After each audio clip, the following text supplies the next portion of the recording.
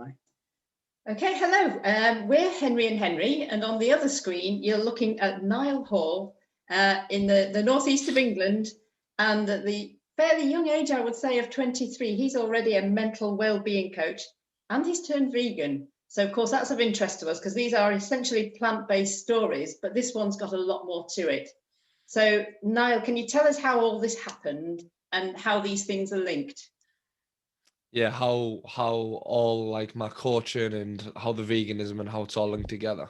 Yes. Yeah. So I think I'd start by saying, well, I mean, obviously you guys just had an awesome introduction to say that I'm a mental wellbeing coach, and I've been doing this for about 5 months now, I think, and I've been absolutely loving every single minute of it. I really, really have, and it really does feel like a calling. It really feels like my purpose. And yeah, so I've just been really enjoying it, and I've been seeing like amazing transformations in my clients as well. And so yeah, that's sort of where I am at the minute. But then that takes me back because I really think it all starts in like my teen years. Because, well, I think it was between the ages of about between 12 and 20. I was always very overweight. I think the way I pictured myself, and the way I still do picture myself a little bit, is like I was the overweight, sort of like insecure, shy kid. I was very anxious. I was socially anxious and just really unhappy in every part of my life. So that's where it started, Annette and Graham and everyone else listening as well. And yeah, it's weird. I always had this voice that was in the back of my head that was like, this must get better. There must be something about this that must get better. And I think it was because of that voice that got me interested into like personal development. And so I started browsing some forums and I started watching some videos. And I think it was because of that I sort of became aware that I had a choice to make, because there was like sort of two different paths that my life could go. Because at that time when I was overweight, anxious, insecure, like unhappy, if I kept on the path that I was on there, kept making the same decisions, kept thinking the same way, I was going to keep getting the same results, and I was going to like still be unhappy, still be overweight, probably have friends that I didn't like, just all like bad stuff in my life pretty much.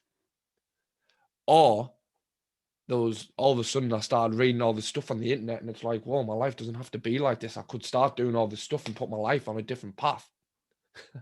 And at the time that scared me, because it was like, oh my God, like what could actually happen? Like there's just something about the unknown that's scary.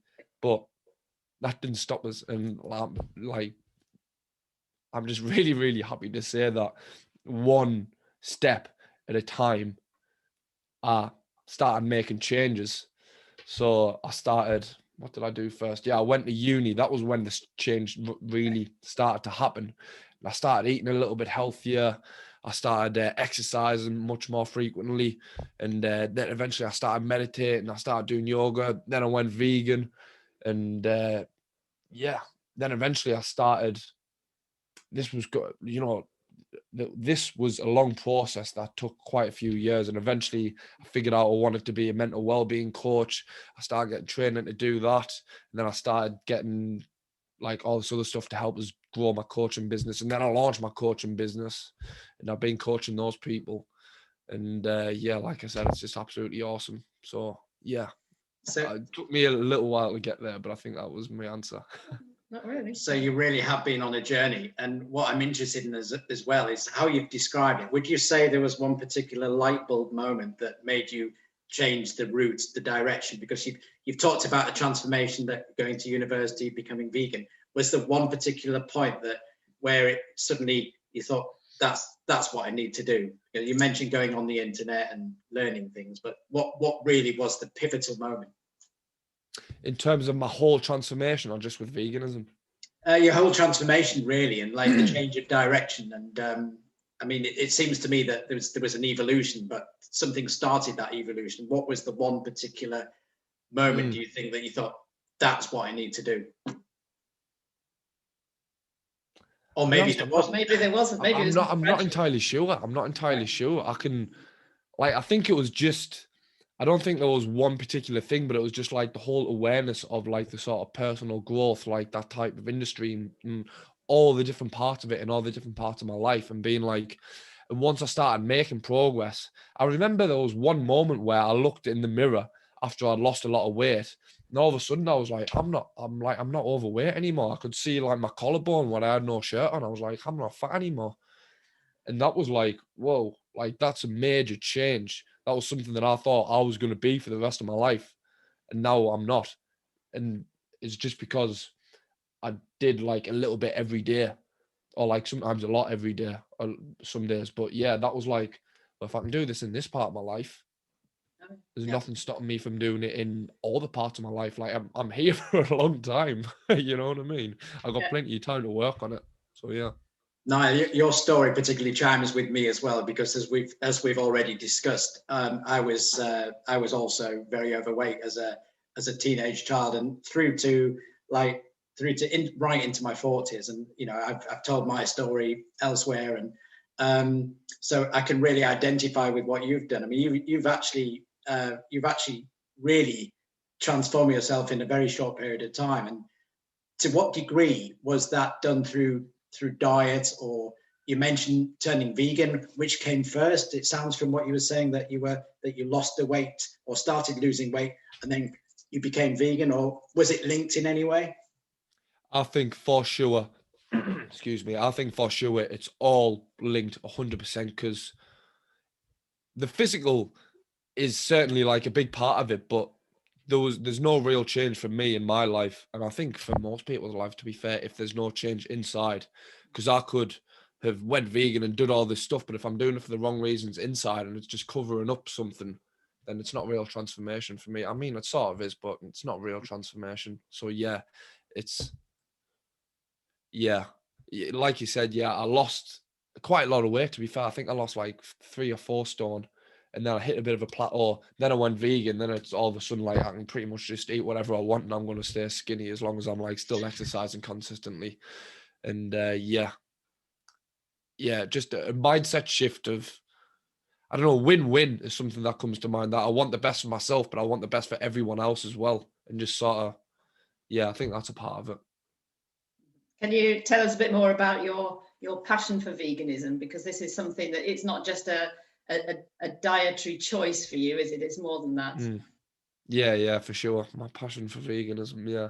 So initially when I went vegan, it was because of the health side of it. The sort of inciting event for my veganism was watching What the Health on Netflix, which it was for so many people my age that went vegan as well. But so it started off because of health, and I didn't really have that much awareness around it to begin with. But the longer I did, the more I started researching stuff. Then it was after I read a book called Eat Like You Care, an examination of the morality of eating animals, that really changed my perspective around the animal rights side of it. Excuse me. And then I got really interested in like the animal rights side of it, and I started doing lots of research, watching all the videos, reading the books and taking notes. And then I started doing animal rights activism. I started doing Anonymous for the Voiceless, started going to the Cubes of Truth. And I just want a world where we don't make other beings suffer for reasons that we don't like need it to happen. Just like it's the same as my coaching. Like I don't want other people to suffer, so I'm going to help them like achieve more peace, passion, and purpose in their life.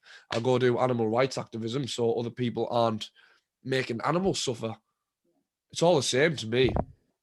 So you're going to sustain this, Andy. This is long term for you.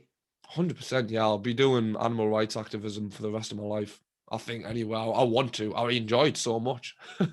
See, because it feels like that's part of your purpose. 100%. Yeah, like it's just what you're doing is coaching people on veganism. I'll coach them on mental well-being. I'll coach them on veganism. Like whatever it takes to achieve peace. Yes. Yeah. And you've also achieved peace with your body in some way. I've got my shirt on as well. You've also achieved peace with your own physical body because you've lost the weight and you're maintaining that weight. And there's so much research out there about the health benefits of eating a plant-based diet, especially a whole foods plant-based diet, which is something that we're passionate about, as you know. So it's really good to hear someone else's story and see how that fits into their whole development. So I think that's absolutely fascinating. It really is. And I think a lot of people that listen to this will also think the same. Awesome. How does it feel? And I hope I don't upset anyone in your neck of the woods here. I'm from the north of England myself, so I kind of allow myself to say this.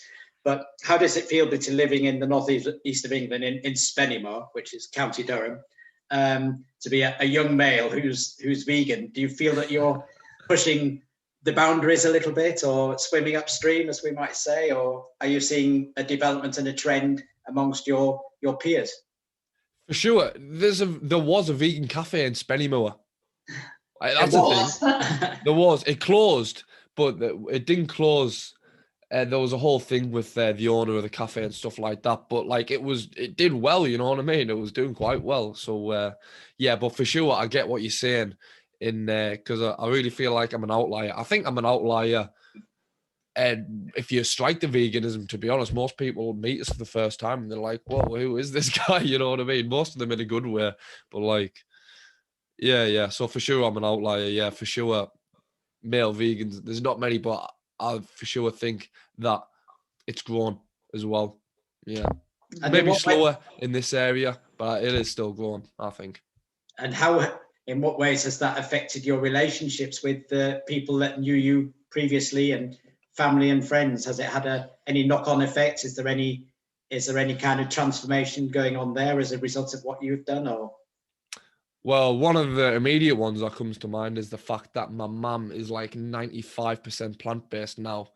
And yeah, she was not, you know, she was just like a meat eater, like I was back in the day.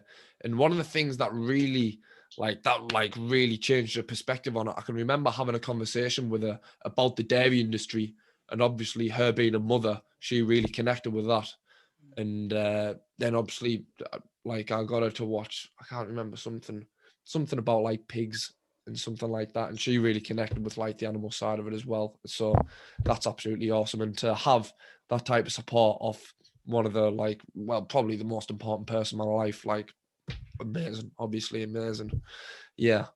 And then with my friends as well, yeah, it's a process for sure. Like, you get the instant, like, oh, you're going vegan, like, dodgy, or that type of like resistance to begin with. But it's a process. If the way that I thought about it, and still do think about it, if they don't accept you for who you want to be or who you are, then they aren't meant to be in your life. Yeah. So, yeah. But the ones, most of my friends did accept me eventually. It was just like, it's change. People don't like change. They resist change. But once they get comfortable with it, then it's just the same. So, yeah. Can we ask you something about the mental health coaching work that you do? Who are the people who you see mostly? And who is this for? The people who I see mostly. Yeah, the ones who I aim for, and the ones who I believe I resonate most with, are people between the ages of 16 and 28, that type of age range, because I'm 23 years old. So yeah, I really like the idea of like sixth form students, university students, college students, and like people who are like just getting into the first job and trying to like get their career kickstarted, and maybe like they're feeling a little bit stressed or anxious or lost, and you want to like reduce the stress, reduce their anxiety, and have more peace, maybe they want to find the purpose, or just in general have a better existence. Because I've traveled that journey. I've been in a state where I did not feel good at all. The way I viewed the world was really negative. And now, like, the way that I view them, this is funny. Like, most people who I meet for the first time, they're like really surprised by how positive I am, just because I'm like so out there and like positive. Yeah. And so I've done that journey, and I know I can help people because I'm helping people. So yeah, I think that's my answer. Yeah, that's a great answer. That's perfect. Absolutely. And I think what you're doing is so valuable, particularly here we are now in March 2021, and we know just what a massive problem mental health is at the moment, having been through pandemic and lockdown for a year now. And obviously, you know, we still don't know what lies ahead in future, but I think what you're doing is absolutely vital and fantastic. And we really celebrate the fact that there's people like you around that can help people in need. Yeah. Do you ever make any links between food and mental health, either for yourself or even with your clients? 100%, yeah. To be honest, it's not something that I've touched on with my clients so much, but I can for sure see my career going in that direction. Obviously, I'm still in this pretty early, but for myself, 100%. Like the way I think about it, if you're eating stress, what are you going to feel? Like those animals, especially the ones that have gone through like factory farms and you've bought meat from supermarkets, like those animals are stressed. And if you're eating their stress, you are going to be more stressed. Like that's the way I think about it, at least. And I know that's probably not the most scientific thing, but well, I think increasingly there is some scientific research supporting that, because obviously all living beings produce hormones, and that those chemicals aren't just going to disappear. And if they're experiencing fear, does it transfer to us? I don't know. I'd love to know more, actually. So I find it very hard to think that it doesn't. Yeah, I agree. Yes. And I mean, just in my own transformation, like I can't definitely say like, oh, that was one of the major causes. I don't know that, but like I feel awesome now, and I don't eat meat. And I used to eat a lot of meat. I used to eat bacon every single day, and I felt dreadful. So I mean, like that's what I can say. That's true. Yeah. Yeah, and I would think it's impacted on your energy as well. Just 100%, and I can say that, like, because I still overeat occasionally. I'm not perfect, and I still eat like alternative meat products and stuff like that. And I can, like, I see so much of a difference to if I overeat. Like, I feel awesome, and then I go and I start eating. I eat a little bit too much, and I'm like, oh my god, I feel so tired. It makes me think. I was at work. I think it was yesterday or the day before, and I felt awesome. Like I was at work. I was having a really good time. I was talking with all my co-workers. And then I had 4 Alpro yogurts on my break. Oh my God, I felt so tired when I got back. I was like, put on a sugar crash. I was like, why did I even do that? Interesting. Yeah. What are your hopes for the future, for yourself, first of all? I think in the like immediate future, like what I'm trying to achieve within the next year is I'm trying to impact like 60 people's lives through one-to-one like Zoom calls, whether it's over my coaching, whether it's doing like a talk or a seminar, whether it's doing like an interview with you guys. I just want to 60 people is how many people I want to impact this year. Great. But in the longer term, this is one of the things that really excites us, because what I want to do is travel all over the world and teach like my way of viewing the world, teach the 3 principles, the way of understanding our existence. And, you know, I want to do that all over the world. And I think one of the things that I really want to do is have like 3 or 5 day, like full immersive experiences to really help people have a holistic transformation. So, yeah, that's what I want to do. Excellent. That sounds so compelling, and I hope that anyone who watches this video that's involved in that area, or may feel maybe in a position where they can enlist the help of someone like you, will respond. So how can people contact you? What's the best way to get in touch with you? The best way will be over social media. And I think LinkedIn, I'm on LinkedIn, Niall Hall 97. Facebook, Instagram, it's Niall Hall 97 as well. Yeah, if you type in Niall Hall 97 or Niall Hall Coach on either of those, you'll find us. Okay, that's good. I've got a couple more questions. I asked you about what your hopes are for your future. Do you have hopes for a bigger global future? Seeing as you clearly care, what are your hopes for the future of the planet? That's a good question. I like that question. It's a big one. Yeah, it is a big one. For sure. There's a couple of things that come to mind. Obviously, I want a vegan world. Of course, I want a vegan world. Whether that's achievable in my lifetime or not, I honestly don't know. But what I do know is that I want the vegan movement to keep growing at the rate that it has been growing, because, good God, it's been growing. It's been like doubling every year for like years or something. And yeah, for that to continue to happen for sure.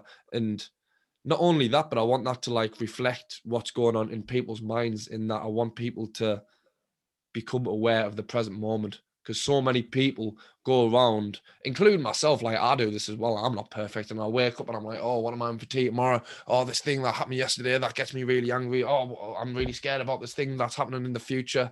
And like we get wrapped up in our heads all the time about the past and the future. Yeah. But what's really mental about that is that they don't actually exist except in our thoughts. So I want people to become aware of the present moment and to realize that the past and the future don't actually exist.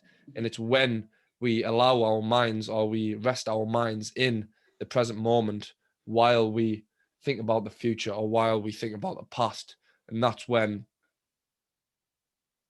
good things happen. That's when we can achieve real peace and really start to, plan effectively for the future and reflect effectively on the past. Because when we all these things and we just thinking all the time, that's just unnecessary suffering for yourself and for the people around you. Yeah. So yeah, that's what I want to happen. Oh, perfectly well said. That's fantastic. The final question that I had, you may have another one, I don't know, but my final question was going to, I think you've maybe just given us an answer to this, but have you got any takeaways for people right now? Anybody watching, anything that you think is worth imparting to trigger an idea in their heads or whatever? Yeah. So the thing that came to mind straight away, I know I was just speaking about the present moment. And so I thought I'll give like a really quick technique to help you ground in the present moment. This one's really easy as well. And you guys can join in with us right now if you like as well. It won't take long. It'll take us like a minute. So yeah, if you just want to sit in a posture that's comfortable for you, I like to sit with my back straight and my feet planted on the floor. My feet are actually crossed right now, but yeah, just however's comfortable for you. And then if you hold your hands out in front of you like this as well, everyone who's watching this can join in as well if you like. It's going to help you ground in the present moment. It's very important. And yeah, if you close your eyes, and then if you put your awareness in your hands, like, can you feel your hands right now? Yeah. Even though your eyes are closed. Yeah. It's weird that how, even though they aren't touching anything, like you can still feel them. You know what I mean? Yeah. The light buzzing sensation inside of your hands. Because that energy that exists inside of your hands, that's connected to the present moment. And when we put our awareness into that energy, that's like an anchor to the present moment. And you can open your eyes back up now if you like. And what you can actually do for you guys watching and for anyone watching at home, you can actually hold part of your awareness there in your hands while you do anything. And that anchors your mind to the present moment. So yeah, it's literally like an anchor. So for example, I can continue talking to you guys now and I can hold some of my awareness there. And then it stops my mind from like running away with itself a little bit. So yeah, you can do that literally any time. And it's a practice as well. You can start with just your hands, then you can do your hands and your feet at the same time. Then you can do your hands, your feet, your legs, your arms, and like you build it up. And then eventually you can hold it in your entire body while you just go about your everyday life. And then you're really grounded in the present moment. And I'm not sure I'm fully there yet. I'm not like Eckhart Tolle or anything like that. But, I've been practicing for quite a while. And yeah, it's something that's really, really helped me. And yeah. So and you can do that in any part of your day. You can apply it whenever you want in the day. And you've got that. Yeah. I like the way you described it as an anchor. It's kind of something that holds you up and supports you without sinking into the ocean, into the spiral. Yeah, I like that. And become more body aware as well. You'd be much more. You probably can take tension out of your body, but just by becoming more aware of how you're feeling. Because we're often 100%. Tense in places that we're not aware of because we've just not put our attention there. So that could be useful in that way. It's just practically, it's really useful. 100%. Something else that came to mind as well is that to set a reminder on your phone, like maybe once every day, twice every day, because chances are, I know for me it was like this. I'm going to do this all the time. You wake up tomorrow, you forget, you never think about it again. So if you put 2 reminders on your phone, set them daily, and then that's a practice to help you cultivate self-awareness and to help you ground in the present moment. You do that for 10 years. Like, I know that's a big stretch, but if you do that consistently for like a long time, that's going to take your life on a completely different path. Just like I did for me, the exact same thing. Just with a simple thing, putting a reminder on your phone for twice a day. Yes. So, yeah. Brilliant. Yeah. Do you have any final questions? No, I think, I mean, to me, that was very compelling listening to what you had to say.